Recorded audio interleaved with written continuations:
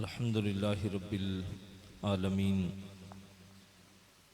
वस्सलातु वस्सलामु अला अशरफिल अंबिया वल मुरसलीन व अला आलिहि व अस्हाबिहि अजमईन।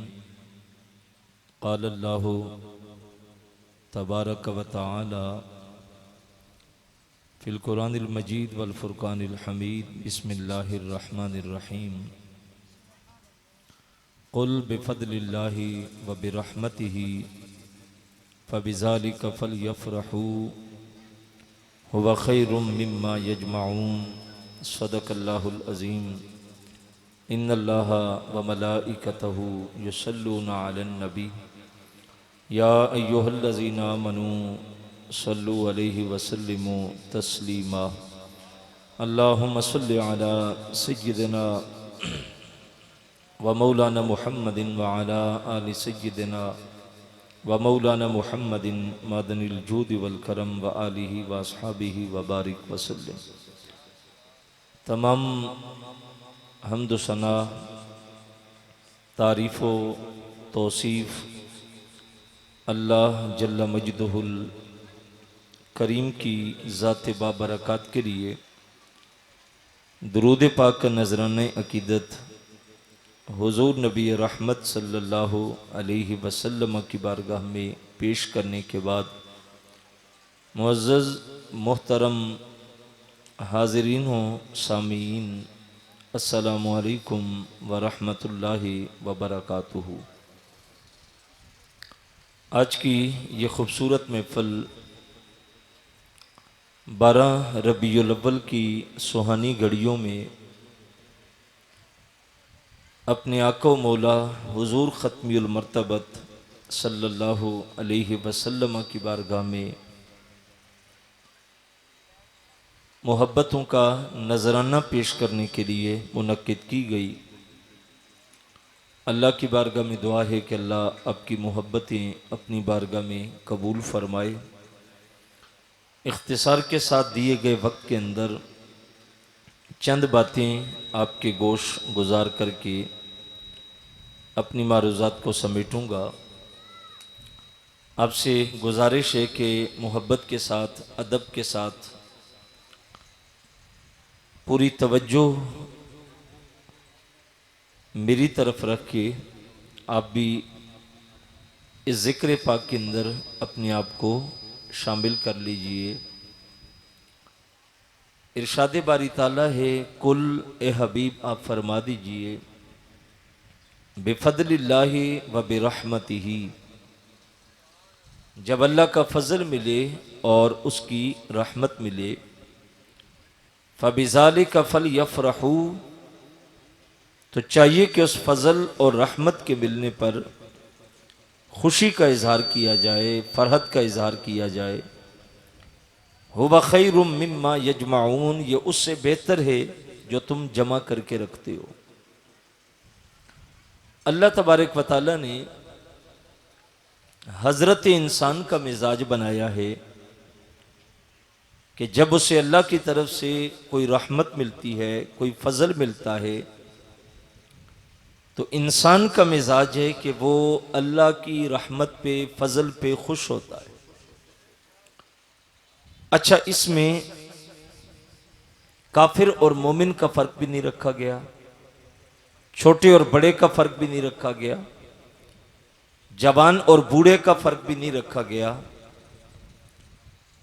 बल्कि जिसे भी खुशी मिले, फजल मिले, रहमत मिले, तो वह रहमत और फजल के मिलने के ऊपर खुश होता है। अल्लाह ने एक मकाम पर इरशाद फरमाया, इज़ा अज़क़नल इंसाना मिन्ना रहमतन फरिहा बिहा।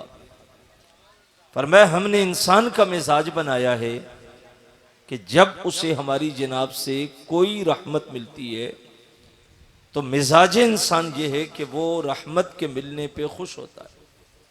आम सी रहमत भी मिलती है तो खुशी होती है। मैं आपकी तवज्जो चाहूंगा, अगर आपका ज़ौक़ सलामत है तो ये जुमला आपको ज़ौक़ देगा। अल्लाह कहता है अगर आम सी रहमत मिले तो मिजाज इंसान है कि उसको खुशी होती है। यार आम रहमत मिले तो बंदा खुश हो, और जिसे रहमतुल्लिल आलमीन मिल जाए उसकी तो खुशी की इंतहानी होनी चाहिए कि उससे अल्लाह ने वो नबी दिया है जो नबियों में भी अफजल और आला है। आज ये जो स्टेज सजा हुआ है, ये जो बज़म सजी हुई है, आपकी तवज्जो, आपकी मोहब्बतें, आपकी आंखों से छलकता हुआ प्यार, आपके चेहरों पे सजी हुई चमक और धमक, ये बता रही है कि हमें उस रहमतुल्लिल आलमीन के आने पर और अपने मुकद्दर पे नाज करने के लिए हमने आज ये महफिल सजा रखी है। और हम अल्लाह का शुक्र कर रहे हैं कि अल्लाह तेरा शुक्र कि तूने वो महबूब हमें अता कर दिया। यार जिसका इंतजार जमाना करे और लोग जिसकी राहें देखें, नबी जिसकी उम्मत में आने की आरजू करें और उन्हें न मिले, और मुझे और आपको बगैर आरजू किए, बगैर दुआ किए, बगैर इंतजार किए, बगैर कोई सफर किए अल्लाह ने वो नबी हमें अता कर दिया, तो बताइए हम खुशी नहीं करेंगे तो क्या करेंगे?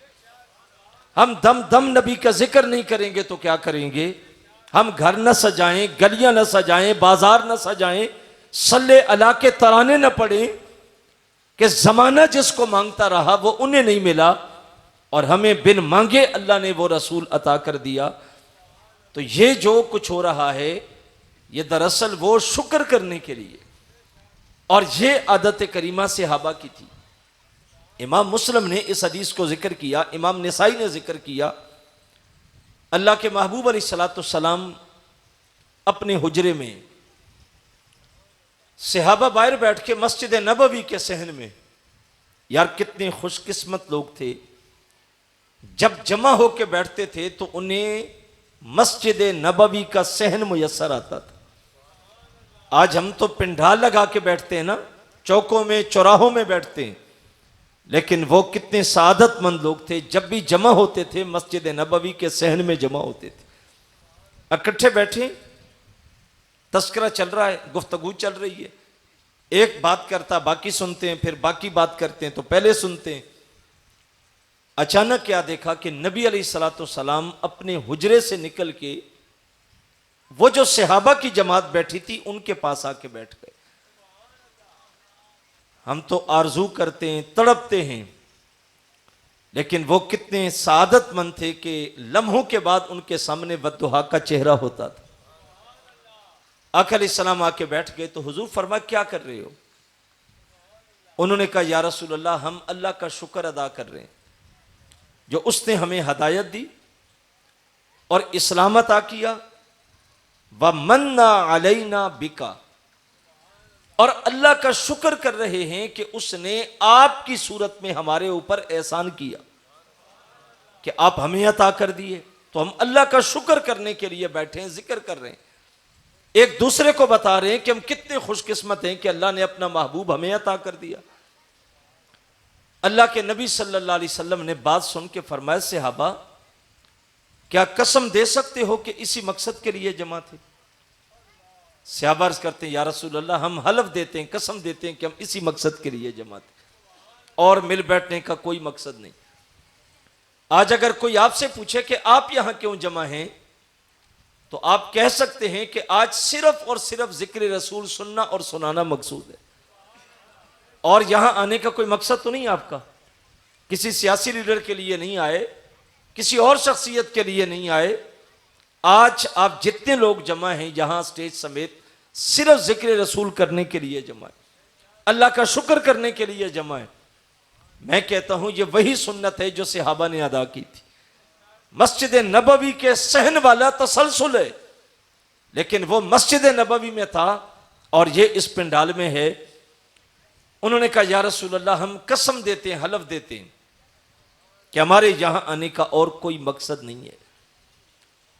नबी अलैहिस्सलाम ने फरमाया चलो, कसम दे दी, बात खत्म हो गई। जब बात खत्म हुई तो सहाबा के चेहरों के ऊपर एक तशवीश की लहर थी कि अल्लाह के नबी ने कभी किसी बात पे हमसे कसम नहीं ली। हम बात करते हैं हुजूर मान लेते हैं, हम बात करते हैं हुजूर मान लेते हैं। आज पहला मौका आया कि हुजूर ने कसम ली है। कि हलफ दो कि तुम इसी मकसद के लिए जहां बैठे थे। जब उनके जाहिर से तशवीश जाहिर हुई तो अल्लाह के महबूब अलैहिस्सलाम ने इरशाद फरमाया, सहाबा मैं जान रहा हूं कि तुम्हारे अंदर कोई बात चल रही है और तुम इस तशवीश में हो कि आज तुमसे कसम क्यों ली। तो रसूलुल्लाह सल्लल्लाहु अलैहि वसल्लम ने फरमाया, मैंने कसम किसी तोहमत की बुनियाद पे नहीं ली, किसी शक की बुनियाद पे नहीं ली कि तुमने गलत कहा होगा तो मैंने इसलिए कसम ली। फरमाया माजरा कुछ और है। या रसूल, सुनिए, अल्लाह के रसूल फरमाते हैं, तुम यहां बैठ के आपस में बातें कर रहे थे, मैं हुजरे में बैठा था। आतानी जिब्रील, फरमाया मेरे पास सिदरा का राही, तायर लाहूती, अर्शों का मकीन और सिदरतुल मुंतहा का मकीन जिब्रील अमीन मेरे पास हुजरे में आए और उसने आके मुझे सलाम करके कहा, महबूब जरा बाहर निकल के मंजर तो देखे ना गुलामों का। फरमाया वो काम कर रहे हैं जिस पे अर्श का रब भी खुश हो रहा है। तो गोया मिल बैठ के रसूलुल्लाह का जिक्र करना, अल्लाह का शुक्र करना, ये वो अमल है जिसके ऊपर सहाबा भी राजी होते थे, अर्श का रब भी राजी होता था। और क्या बईद है कि आज भी रब फरिश्तों को कह रहा हो कि फरिश्तों जरा देखो ना जमीन की तरफ, शिद्दत की गर्मी और पसीने से शराबूर और कितनी मोहब्बत से बैठ के मेरे नबी का मिलाद मना रहे हैं, मेरे नबी की आमद की खुशियां शुक्राने की सूरत में अदा कर रहे हैं। तो यह मुमकिन है कि आज भी वो मंजर और वो राहत अल्लाह तबारक व तआला हमें अपने उस शुक्र करने के सबब अता कर दे।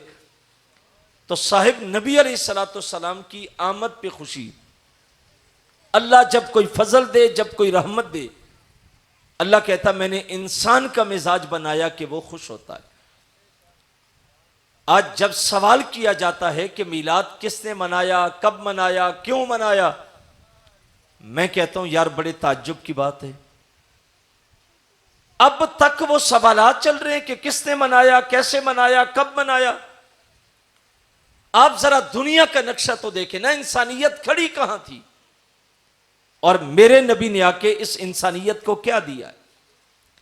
यार जो आपके ऊपर मामूली सा एहसान भी कर दे, किसी मुश्किल के घड़ी में आपके काम आ जाए, आप सारी जिंदगी उसका शुक्र करते हैं कि इसने मुश्किल वक्त में मुझे काम आया था।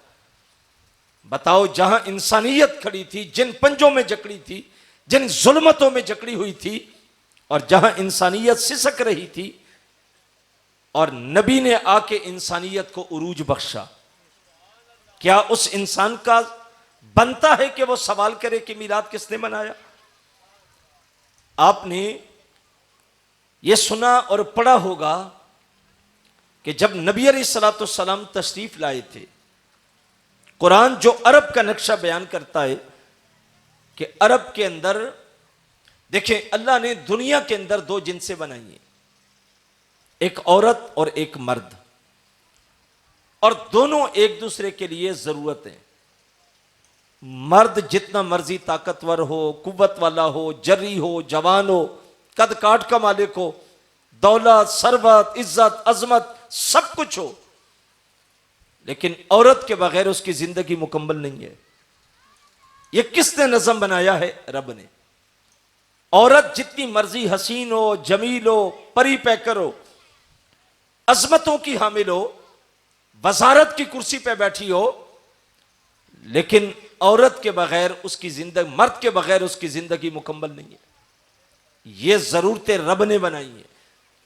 लेकिन आप तारीख अरब को पढ़िए, इतना कुछ होने के बावजूद मर्द औरत के वजूद को गवारा नहीं करता था। उसकी जरूरत औरत थी, लेकिन वो कहता कि ये जरूरत के लिए तो बनाई गई, लेकिन इंसान की जिन्स नहीं है, और उसके वजूद को देखना भी गवारा नहीं करता था। कुरान कहता है जब उन्हें खबर मिलती कि आपके घर बेटी आई तो उनके चेहरे स्याह हो जाते। एक ही रास्ता था कि बेटी को जिंदा दरगोर कर दे और मुआशरे में आके फख्र करे। अगर बेटी को जिंदा रखोगे तो मुआशरे में इज्जत नहीं होगी। मैंने जुल्म के ज़ाब्ते जहां तक पढ़े हैं कि विलादत के लम्हे आते तो कुछ कबाइल थे जो गड़ा खोदते थे, उस घड़े में औरत को बैठा देते। जब बच्चा पैदा होता तो औरत बताती कि बेटी है या बेटा है। अगर बेटा होता तो बच्चे को लेके चले जाते, जाके फख्र करते, और अगर बेटी होती तो औरत को बाहर निकाल के वो घड़े की मिट्टी दोबारा घड़े में डाल देते, और उस बेटी का जो अभी दुनिया में आके सांस ले रही है वो उस मिट्टी के नीचे उसकी सांसें दोबारा टूट जाती और वो सिसक के दम तोड़ देती। ये जालिमाना रवश चल रही थी। अल्लाह ने मेरे मुस्तफ़ा को उसी मुआशरे में 4 बेटियां अता की और जमाने को बताया अगर बेटी मनहूस होती तो क्या मैं अपने महबूब को मनहूस चीज देता। 4 बेटियां देके उस रस्म बद का खात्मा किया। फिर मेरे रसूल ने बेटी को इज्जत दी, अजमत दी, और यहां तक कि उसी मुआशरे में खड़े होकर कहा तुम बेटी को मनहूस समझते हो, मेरी बेटी फातिमा मेरे जिगर का टुकड़ा है। रसूलुल्लाह ने ये इज्जत के जुमले कहे, अजमत के जुमले कहे। मेरे उस्ताद ये गिरामी फरमाया करते हैं ये कलमा मोहब्बत भी है और कलमा जिहाद भी है उस मुआशरे के खिलाफ। अच्छा, अजमत कैसे दी? अरब के घर बेटी आती तो उसका चेहरा स्याह हो जाता, वह शर्मिंदा होता कि मेरे घर बेटी। और आज जब रसूलुल्लाह ने निजाम को बदला है तो आज बेटी जन्नत की जमानत बन रही है। उम्मुल मोमिनीन सैयदा आयशा सिद्दीका रज़ी अल्लाह ताला अन्हा फरमाती हैं, मैं घर में काम कर रही थी कि एक खातून मांगने के लिए आई। साइला दरवाजे पे दस्तक दी, कहा भूखी हूं, कुछ चाहिए? फरमाती है मैंने घर में देखा तो मुझे सिर्फ 3 खजूरें मिली। मैंने उसको 3 खजूरें दी। उसने एक खजूर एक बेटी को दी, दूसरी खजूर दूसरी बेटी को दी, और तीसरी खजूर उसने अपने लिए रखी। बेटियों ने खजूर खा ली। जब मां खाने लगी तो बेटियों ने फिर मांगा, तो मां ने अपने हिस्से की खजूर 2 हिस्सों में बांट के एक टुकड़ा एक बेटी को दे दिया और एक दूसरी बेटी को दे दी, और खुद नहीं खाया, भूखी रही। अम्मा आयशा सिद्दीका रज़ी अल्लाह ताला अन्हा फरमाती है मुझे वो अमल भला लगा कि कोई मां बेटियों से अरब में इतना प्यार भी कर सकती है कि खुद भूख काट रही है और अपने हिस्से का जो खाना है खजूर की सूरत में वो भी अपनी बेटियों में बांट रही है। फरमाती है वो चली गई, अल्लाह के महबूब तशरीफ लाए। मैंने अर्ज की या रसूल अल्लाह, आज एक मंजर देखा है, भूल नहीं रही हूं, बड़ा भला लगा। अल्लाह के नबी फरमाए क्या देखा? मैंने अर्ज की हुजूर एक औरत आई मांगने के लिए, भूखी थी, मैंने 3 खजूरें दी, एक एक खजूर उसने बच्चों को दे दी, बेटियों को, और अपना हिस्सा खाने लगी। तो बेटियों ने फिर मांगा तो उसने उसको भी 2 हिस्सों में बांट के दे दिया और खुद नहीं खाया, भूखी थी। अल्लाह के रसूल ने फरमाया आयशा, उस खातून के इस अमल की वजह से कि बेटियों को अपना खाना भी दिया, फरमाया अल्लाह ने उस औरत के ऊपर जन्नत को वाजिब कर दिया कि उसने अपना हिस्सा भी अपनी बेटियों को दिया। साहिब बात को समझने की कोशिश करें, कहां बेटी का वजूद बाइसे शर्म और बाइसे नंगोआर, और कहां बेटी का वजूद जन्नत की जमानत। बताओ ये तब्दीली किसने दी है? मेरे रसूल ने। मैं पूछना चाहता हूं क्या इस बेटी को हक पहुंचता है कि ये पूछे कि मिलाद मनाना है कि नहीं मनाना? इस बेटी को हक पहुंचता है कि यह दलीलें ढूंढे कि मिलाद किसने मनाया, इसके जवाज की दलील क्या है, जलूस किसने निकाला? मैं कहता हूं मेरी बेटी, तू सारी जिंदगी सर सजदे में रख के शुक्र करती रहे, तू हक अदा नहीं कर सकती। तेरा तो बाप तेरे वजूद को गवारा नहीं करता था, तुझे इज्जत मिली तो आमिना के लाल का सदका मिली। तुझे तो इज्जत ही मेरे रसूल ने दी है, तेरा वजूद ही बाप गवारा नहीं करता था और तुझे इज्जत मिली, अजमत मिली। आज बाप तुझसे प्यार करता है। इसी तरह मां के लिए अरबों में इंसानों की मंडियां लगती, खरीदारी होती, और तारीख बताती है, सीरत की कुतब में है कि अक्कास के मेले में सके बेटे ने सकी मां का सौदा किया था। मां को खड़ा करके बेचा, कीमत लगी, अच्छा रेट लगा तो मां को दिया, और जाके फख्र करके बताया कि आज मंडी का रेट बड़ा अच्छा था, इतने में मां को बेच के आए। माएं दर दर के धक्के खा रही थी। आज भी मगरबी दुनिया में चले जाओ, बूढ़े मां बाप हो जाएं तो घर में उनके लिए जगह नहीं होती।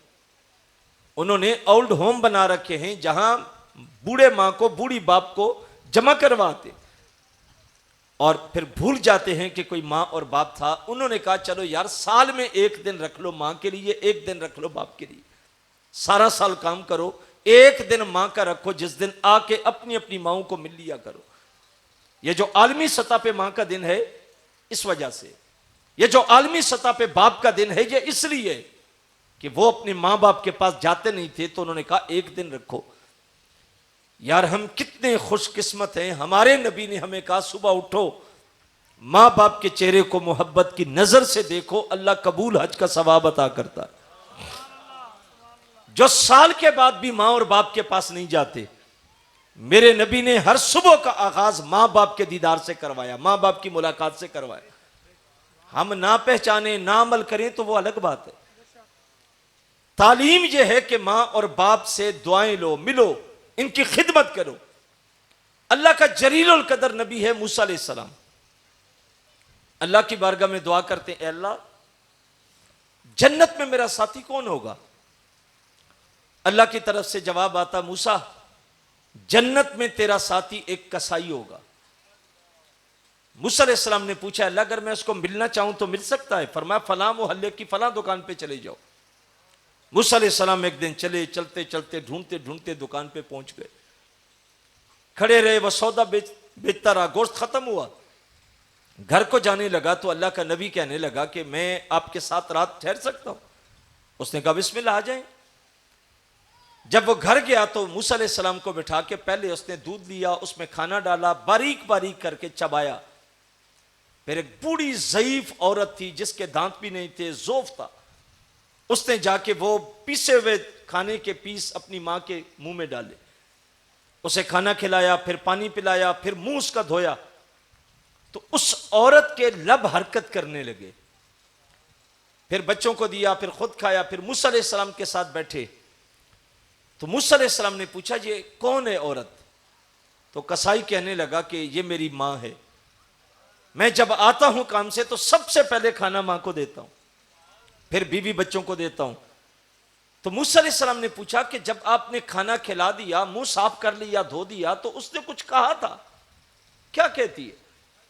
मूसा अलैहिस्सलाम ने कहा मेरी मां शुरू दिन से जब मैं खिदमत करता हूं तो दो दुआएं देती है। एक दुआ देती है कि अल्लाह तेरी जिंदगी को सुकून से भर दे, और दूसरी दुआ देती है कि बेटा अल्लाह जन्नत में अपने नबी मूसा का साथ तुझे अता करे। तो मूसा अलैहिस्सलाम को तो जानता नहीं था कि ये अल्लाह का नबी है। तो मूसा अलैहिस्सलाम ने उससे पूछा कि तेरी मां की दुआएं कबूल भी हुई है? उसने कहा हजरत पहली दुआ तो कबूल है कि मेरी जिंदगी में बड़ा सुकून है, कोई परेशानी नहीं, सुबह काम पे जाता हूं, बेचता हूं, घर को वापस आता हूं, रात आराम से सोता हूं, बड़ा सुकून है। मूसा अलैहिस्सलाम ने कहा दूसरी दुआ? उसने कहा दूसरी दुआ का नहीं पता, वो जब मरूंगा जन्नत में जाऊंगा तो पता चलेगा। अल्लाह का नबी मुस्कुरा के हाथ फैला के कहा आ मेरे सीने से लग जा, मैं ही मूसा हूं, अल्लाह ने तेरी मां की दूसरी दुआ भी कबूल कर ली है, और मुझे रब ने भेजा है कि तू मेरा साथी होगा जन्नत में। मां और बाप के साथ अदब के रिश्ते को जोड़ने की तलकीन की गई।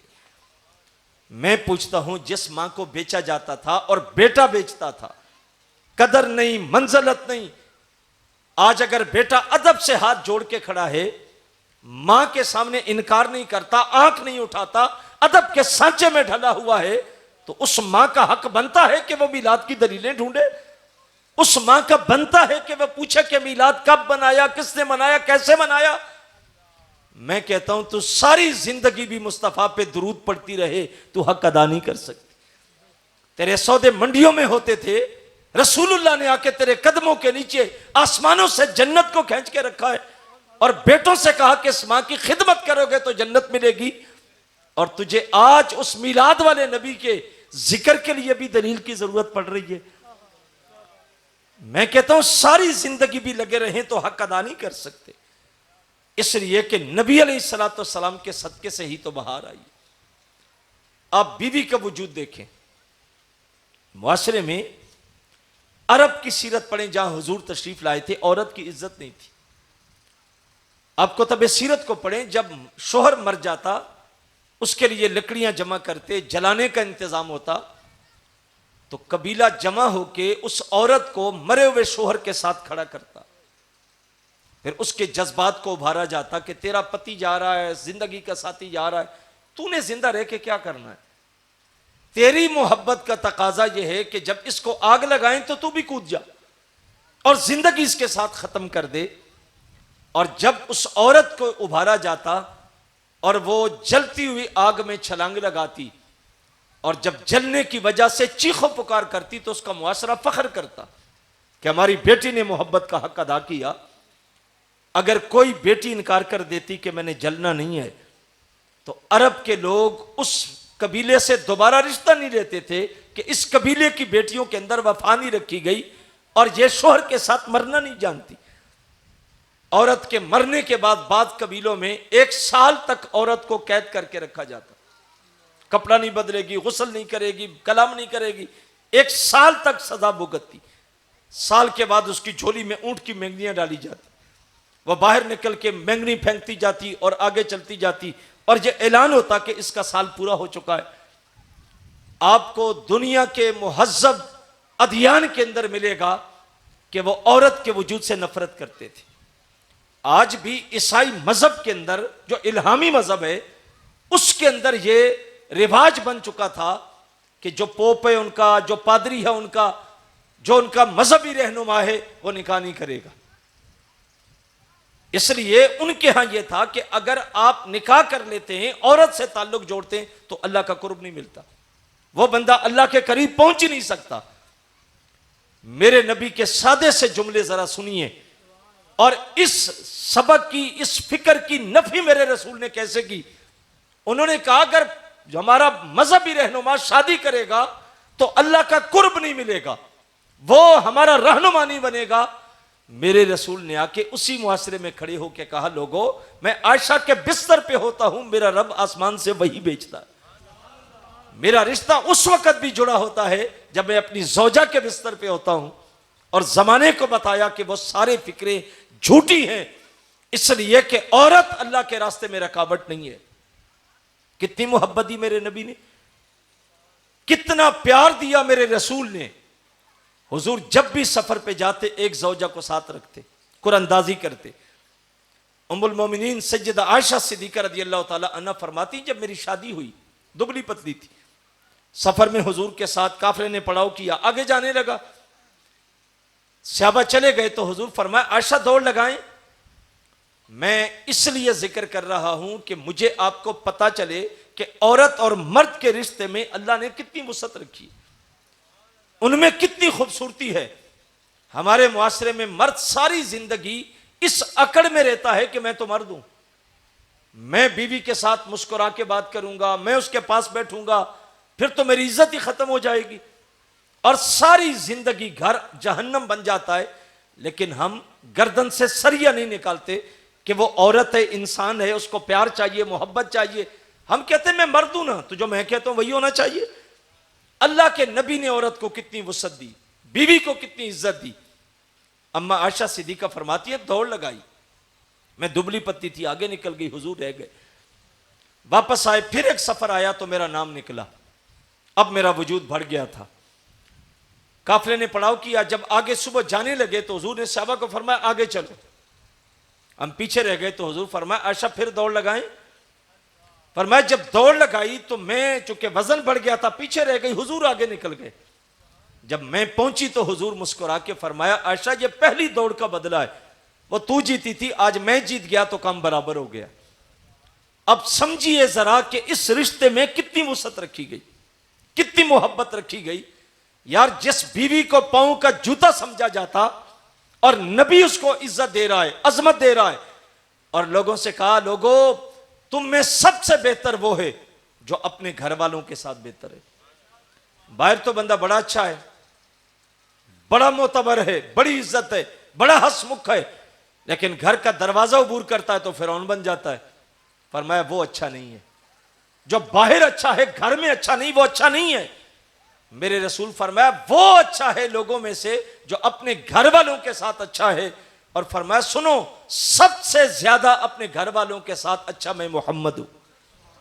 हुजूर ने अमल करके जमाने को बताया, और यह सीरत की वो रोशनी थी। इसी तरह मैं और आप आगे चलते, मर्दों के साथ जो नारवा सलूक था अरब में, कितना भयानक था। अगर कोई मर जाता, उसके बच्चे यतीम हो जाते, तो तारीख अरब है कि यतीम के साथ उनका सलूक नारवा होता। कुरान ने इसका नक्शा खींच के फरमाया यदुल यतीम, वो यतीम को धक्के देते थे और अमली तौर पे ऐसा करते थे। वाकयात कुतुब सीरत तफासिर में मौजूद है। एक बच्चा यतीम था, थोड़ी सी होश संभाली तो देखा कि मां के तन पे लिबास फटा हुआ। बेटे से देखा ना गया, कहा अम्मा इजाजत दो कि मैं अपने चचा से जाके आपके लिए लिबास मांग लाऊं, इतना अमीर चचा मेरा। मां ने कहा पुत्र नहीं जाना, मैं जानती हूं इस मुआशरे को कि यहां यतीम का साथ कोई नहीं देता। उसने कहा अम्मा मुझे जाने दे, मैं आपके लिए चादर का सवाल करूंगा। मां ने कहा चलो देख लो। बेटा गया चचा के दरवाजे पे और जाके दस्तक दी तो आवाज आई, कौन? कहा आपका यतीम भतीजा हूं। चचा बोल के कहने लगा अंदर नहीं आना, तेरी नहूसत मेरे बच्चों को लग जाएगी। यतीम का दिल वैसे भी बड़ा नाजुक होता है। जब ठेस लगी तो वापस पलटा, आंखों में आंसू थे। सरे राह कोई मिला, पूछा बेटा बड़े परेशान लग रहे हो, आंखों में आंसू हैं, इस उम्र में कौन सा दुख है? उसने कहा दुख यह है कि मां के तन पे लिबास फट गया है। चचा के पास गया था, लेकिन चचा ने दरवाजा बंद कर दिया कि तू यतीम है, तेरी नहूसत मेरे बच्चों को लगेगी, लिहाजा मैं वापस आ गया। जानने वाले ने कहा कि बेटा चादर चाहिए ना, मैं बताता हूं कि जाओ। असर के वक्त हरम के साए में एक बंदा बैठता है, उसकी सखावत यह है कि जो चला जाए वो खाली हाथ नहीं मोड़ता। उसने जाके अपनी मां को चचा की दास्तान भी सुनाई और हरम के अंदर बैठने वाले सखी का तस्करा सुनाया। मां ने कहा पुत्र है तो सखी, लेकिन उसका दीन अलग है। सुना है जो उसको देख लेता है वो उसका हो जाता है, तो हमने चादर के लिए तो दीन नहीं ना बदलना। बेटे ने कहा मां मैं आपसे वादा करके जाता हूं, सिर्फ चादर का सवाल करूंगा, दीन कबूल नहीं करूंगा। मां ने कहा बेटा जाओ। असर का वक्त हुआ, बज़म सजी, हुजूर आके बैठे, गुलाम बैठे। यतीम बच्चा चलते चलते आके पास खड़ा हो गया, लेकिन चेहरे पे वो आसार थे दर्द के। अल्लाह के नबी देख के फरमाया बेटा किधर आए हो? उसने कहा पहले मेरी बात सुन लो कि मैंने आपका दीन कबूल नहीं करना। अल्लाह के नबी फरमाया मैंने कब कहा मेरा दीन कबूल कर, बात तो कर, क्या चाहिए?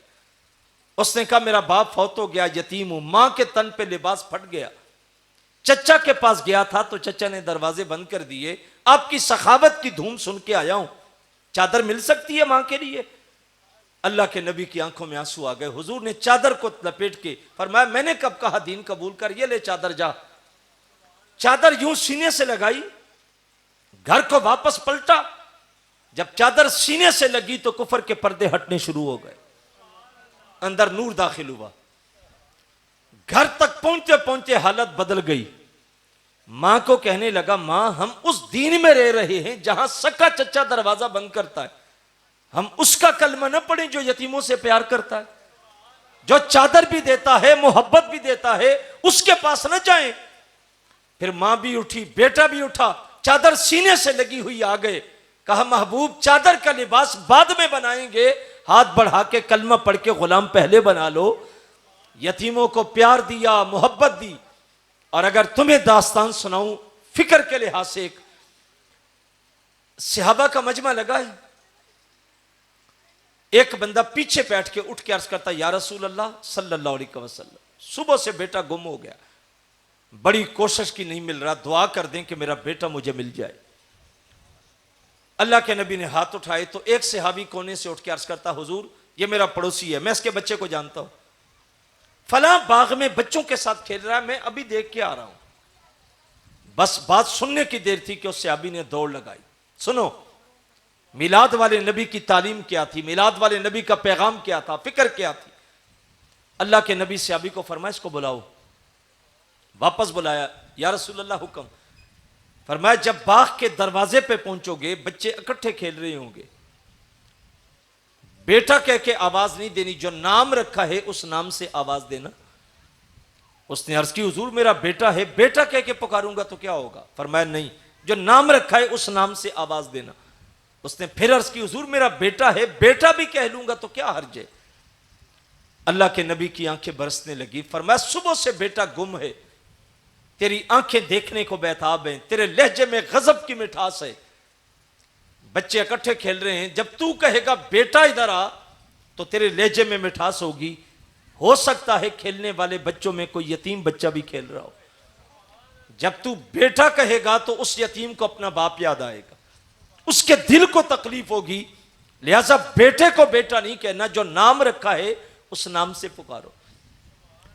साहिब ये मिजाज दीन दिया गया। यतीम के सामने अपने बच्चे से प्यार ना करो, बेवा के सामने अपनी बीवी से मोहब्बत के जुमले ना कहो, गरीब के सामने अपनी दौलत की नुमाइश ना करो। इसलिए कि उसकी जिंदगी मुश्किल हो जाएगी और उसके लिए अजियत का सामान बनेगा। मैं और आप जरा आज यहां बैठ के अपने रवैये देखें कि इस मामले में हमारा रवैया क्या है। क्या हमारे अमल की वजह से किसी को तकलीफ तो नहीं होती? मैं रात भी एक जगह फतेह जंग में था तो मैं कह रहा था कि हमारे यहां शादियों के अंदर जब बेटियों का जहेज तैयार करते हैं तो एक रस्म होती है जिसको रस्म बखाला कहते हैं, हमारे पंजाब में उसको बोलते हैं। वो सामान जहेज का आंगन पे बिछा के तो पूरे मोहल्ले में पैगाम भेजते हैं कि आके सामान देख जाओ। आपकी तरफ रस्म है या नहीं है, लेकिन कुछ इलाकों में बज़ाहिर ना भी हो तो कुछ ना कुछ इसके अंदाज मिलते जुलते होते। और पूरे मोहल्ले से बेटियां आती हैं या उनको बारी बारी दिखाया जाता है। ना भी देखें तो कहा जाता है कि चलो बेटी का जहेज देख जाओ, ये इतना सोना बनाया है, तो इतना जो है वो सोफे लिए हैं, तो ये फ्रिज लिए है, तो ये एलसीडी लिए। भाई अपनी बेटी को दिया जितना मर्जी दें, इस्लाम मना नहीं करता। आप दे सकते हैं तो आप दें और देना। बल्कि मैं तो यह कहता हूं कि बेटी को जहेज देने के बजाय विरासत से हिस्सा दो। जो इस्लाम ने उसका हक रखा हुआ है ना, उसे वो दो। लेकिन हम अगर देखें तो बूढ़े हो गए हैं, बेटों में जायदादें बांट दी लेकिन बेटी को हिस्सा नहीं दिया। कहते हैं जी उसकी शादी कर दी है ना, भाई एहसान किया उसके ऊपर, उसको जहेज दिया है ना, एहसान किया। शरीयत ने तो जहेज का कहा ही नहीं, शरीयत ने तो विरासत का कहा है। जो शरीयत ने कहा वो नहीं दे रहे, और जिसका शरीयत ने नहीं कहा अपनी नाक ऊंची करने के लिए उसको ट्रक भर के सामान का दे रहे।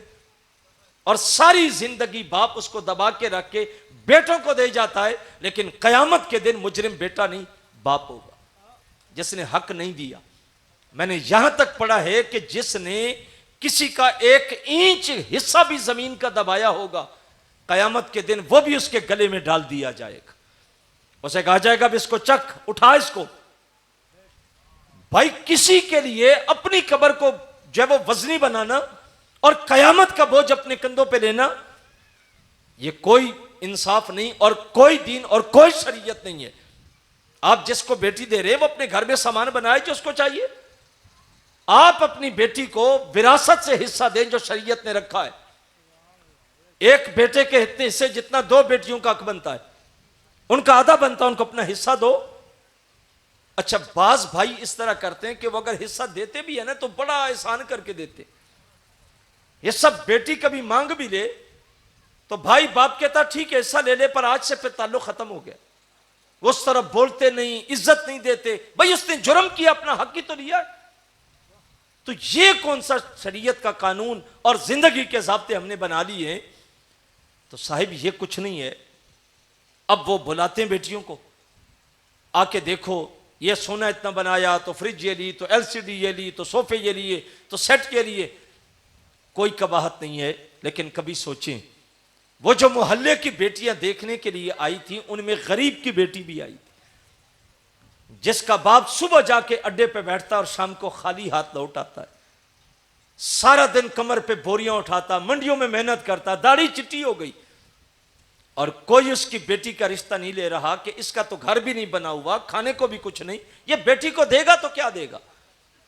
वो बेटी भी सामान देखने आई थी तुमने तो दाद ले ली, मोहल्ले में वाह मच गई, फलाने बेटी के लिए कितना सामान बनाया, पर यह भूल गए हो कि रात उस बूढ़े बाप की कितनी मुश्किल से काटी थी। उस गरीब की बेटी ने जाके टूटी हुई चारपाई पे रात को जो सिसकियां भरी थी, उसकी जिंदगी कितनी मुश्किल थी। वो किसी ने कहा कि टूटता तारा सबने देखा, पर यह ना देखा एक ने भी, किसकी आंख से आंसू छूटा, किसका सहारा टूट गया, हमने कभी नहीं देखा था। हमने दाद वसूल कर ली, वाह मच गई, मोहल्ले में जब वो नारे लग रहे हैं कि फलां ने इतना सामान दिया, लेकिन हमने उस गरीब की बेटी को जो दुख दिया वो हमने गौर नहीं किया कि उसकी जिंदगी कितनी मुश्किल और रात कितनी मुश्किल काटी गई। मेरे उस्ताद ये गिरामी तो यहां तक फरमाते हैं कि आप अगर हज और उम्रा भी करते हैं ना, तो वापस आके लोगों में बैठ के उसका जिक्र बार बार ना किया करें। बस 6 माह के बाद अल्हम्दुलिल्लाह सरकार बुला लेते हैं, चला जाता हूं, मदीने जाऊं तो फलां होटल में ठहरता हूं, तो फलां करीब ठहरता हूं, तो ये खरीदा, तो ये खरीदा, यहां जियारत को गया, यहां गया। तुझे क्या पता जिनके सामने कर रहा है वो कितनी उम्र से तड़प रहे हैं। उन बेचारों के पास तो सामान नहीं वहां तक जाने का, और तू बार बार के किस्से सुना के उनके दिल को कचोके लग रहे हैं। शरीयत यह कहती है आपके अमल की वजह से किसी की जिंदगी मुश्किल न बने। और यह निजाम हमें किसने दिया था? यह निजाम मुझे और आपको अगर मिला था तो यह मदीने वाले रसूल की मोहब्बतों से मिला। इसलिए आप मिलाद मनाएं, खुशी का दिन है। आप तस्करा करें, खुशी का दिन है। आपने घर सजाया, खुशी का दिन था। लेकिन मेरे उस्ताद ये गिरामी फरमाते हैं, जिस तरह गलियां सजी हैं ना, जिस तरह जगमग जगमग माहौल कर रहा है बाहर का, काश के इतनी ही रोशनी दिल के नगर में भी होनी चाहिए। और वो होगी इस्लाम पे अमल करके, दीन पे अमल करके। अमली जामा पहनाएंगे, अंदर रोशन होगा। गलियां तो साफ कर ली, झाड़ू दे दिए कि जुलूस गुजरेगा, मिलाद के लिए लोग आएंगे, और जवान ढेरियां उठा के साइड पे फेंक रहे होते हैं, चूने डाल रहे होते हैं कि यहां से जुलूस गुजरेगा। मेरे उस्ताद ये गिरामी फरमाया करते हैं, कभी कभी को रोशनी का बल्ब को झाड़ू दिल के नगर पे भी लगा लो, ये गली भी साफ कर लो, हसद से, बुग़्ज़ से, कीने से। किसी ने किया है कभी मिलाद इस तरह कि यार नबी का मिलाद है और मैं सके भाई से सलाम नहीं ले रहा, तो मुझे तो सुलह करनी चाहिए, क्योंकि मेरा नबी तो इंसानियत को जोड़ने आया था। किसी ने कभी इस रूप में मिलाद मनाया हो कि रसूलुल्लाह की आमद का दिन, और मेरी मां की तरह बड़ी बहन, इतने सालों से मैं उसे सलाम नहीं लेता, तो आज मैं जाके उसके घर मिल आता हूं ताकि मेरी नाराजगी खत्म हो जाए, इसलिए कि मेरे नबी का मिलाद है। भाई मिलाद अमल की सूरत में मनाएंगे तो उसकी बरकतें और होंगी। बाकी खुशी का एक लम्हा भी अल्लाह ज़ाया नहीं करता। आपने सुना होगा, मेरा ख्याल है कि मेरा दिया वक्त वैसे मुकम्मल हो चुका है, और मैं कोशिश करूंगा कि आखिरी बात करके अपनी गुफ्तगू को समेट लूं। जिस शिद्दत की गर्मी में आप लोग बैठ के जिस ज़ौक़ के साथ सुन रहे हैं, मैं आपको दाद देता हूं कि अल्लाह आपका बैठना कबूल फरमाए। आपने सुना होगा कि नबी अलैहिस्सलाम जब दुनिया में तशरीफ लाए तो अरबों में गुलामी के उरूज था, और अगर अरबों को कोई खुशी मिलती तो वो गुलाम आज़ाद करते थे। अब हुजूर के वाले तो दुनिया में थे नहीं। जब हुजूर अलैहिस्सलाम तशरीफ लाए तो हुजूर के चचा थे जिनका नाम अबू लहब था। उनकी लौंडी ने जाके अपने आका को बताया कि आपके मरहूम भाई के घर बेटा आया। और ये तो आप भी जानते हैं कि जब भाई दुनिया से चला जाए, उसके जाने के बाद अगर अल्लाह उसको औलाद दे तो फिर खुशी की कैफियत अलग होती है। हजरत अब्दुल्ला रज़ी अल्लाह ताला अन्हु का इंतकाल हो गया, हुजूर दुनिया में आए। सबैबा ने जाके बताया अबू लहब को कि आपके मरहूम भाई के घर बेटा आया। उसने खुश होकर उंगली का इशारा करके कहा, जा तू आजाद है। वो चला गई। बाद में हुजूर की मुखालफत की, इतना पक्का काफिर था कि मुजम्मत में कुरान की पूरी सूरत उतरी, तब्बत यदा अबी लहबिम व तब। जब दुनिया से चला गया तो अब्बास रज़ी अल्लाह ताला अन्हु ने ख्वाब में देख के पूछा कि बता क्या पाया मरने के बाद। उसने कहा कोई सुकून नहीं पाया, आग ही आ गए, ऊपर नीचे दाएं बाएं। कहने लगा जब पीर का दिन आता है, जिस उंगली से मैंने लौंडी को आजाद किया था उस उंगली से मुझे ठंडा और मीठा मशरूब मिलता, और सिर्फ उस दिन मेरे अजाब में तखफीफ होती है। उलमा हजरत इमाम अबू शामा ने और दीगर ने इसके ऊपर कलाम किया। वो कहते हैं कि इतना पक्का काफिर कि मुजम्मत में कुरान की सूरत उतरे और कुरान में उसका नाम जिक्र हो, अगर वो नबी को नबी समझ के नहीं भतीजा समझ के खुशी कर रहा है, अल्लाह उसको भी बदला देता है, तो बताओ जो उम्मती हो के नबी को नबियों का इमाम समझ के खुशी करेगा, अल्लाह उसको कितना अता करेगा। इसलिए ये लम्हे अल्लाह कभी भी जाया नहीं करता। ये मिल बैठना, तस्करा करना, मोहब्बतों का जिक्र करना, ये मेरे और आपके लिए सादत के लम्हे हैं। मैं दुआ गो हूँ कि अल्लाह आपकी मोहब्बतों को अपनी बारगाह में दर्जे कबूलियत दे, और जिस लगन के साथ आप हर साल आका का मीलाद मनाते हैं, अल्लाह इसी तरह आपकी दुनिया भी अच्छी करे, आपकी आखिरत भी अच्छी करे, और ये तसलसल अल्लाह आपकी नस्लों में मुंतकिल करे। वमा अलैया इल्लल बलागुल मुबीन। जाने रहमत पेला को सलाम शमाए बज़ में हिदायत पेला, हम गरीबों के आका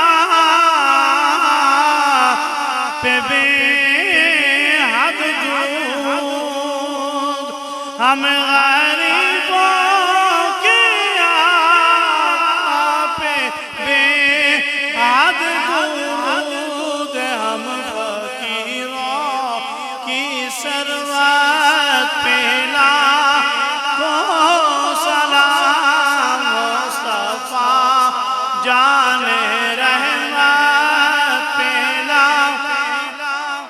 या इलाही सदकाए ज़िक्र रसूल, और ये सलाम आज जाना